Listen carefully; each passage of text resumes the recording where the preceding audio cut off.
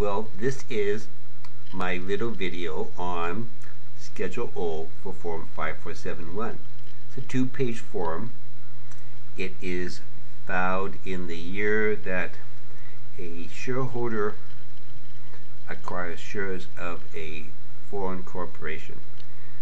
The first year of filing is when the shareholder acquires 10% or more of the foreign corporation, and then it's filed any year after that where more shares are acquired or disposed of.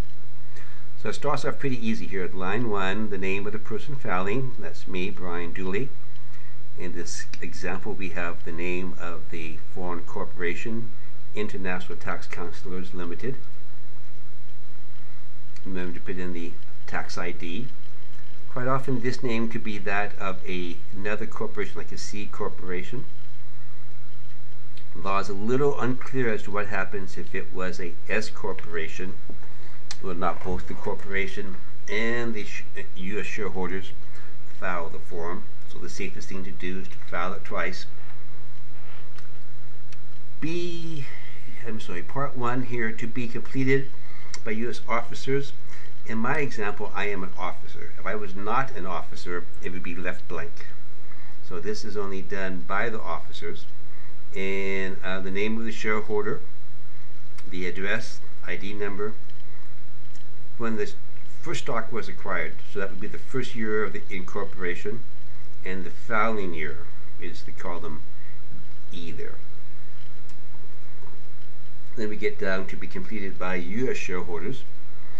Once again, my name and ID number goes over here. Type of form, date filed. Quite often the form for the current year is not filed yet. Here in our example it's 2010. Ogden, Utah. Let me say that differently.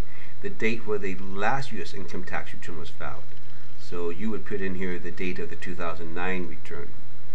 And the same here, the date that you last filed the Form 5471 would be the prior year's filing. Unless this is the first year. In our example, this is the first year of this form. So in our example, this would be left blank, maybe with an NA there. This would be filled in the date I filed my 2009 return.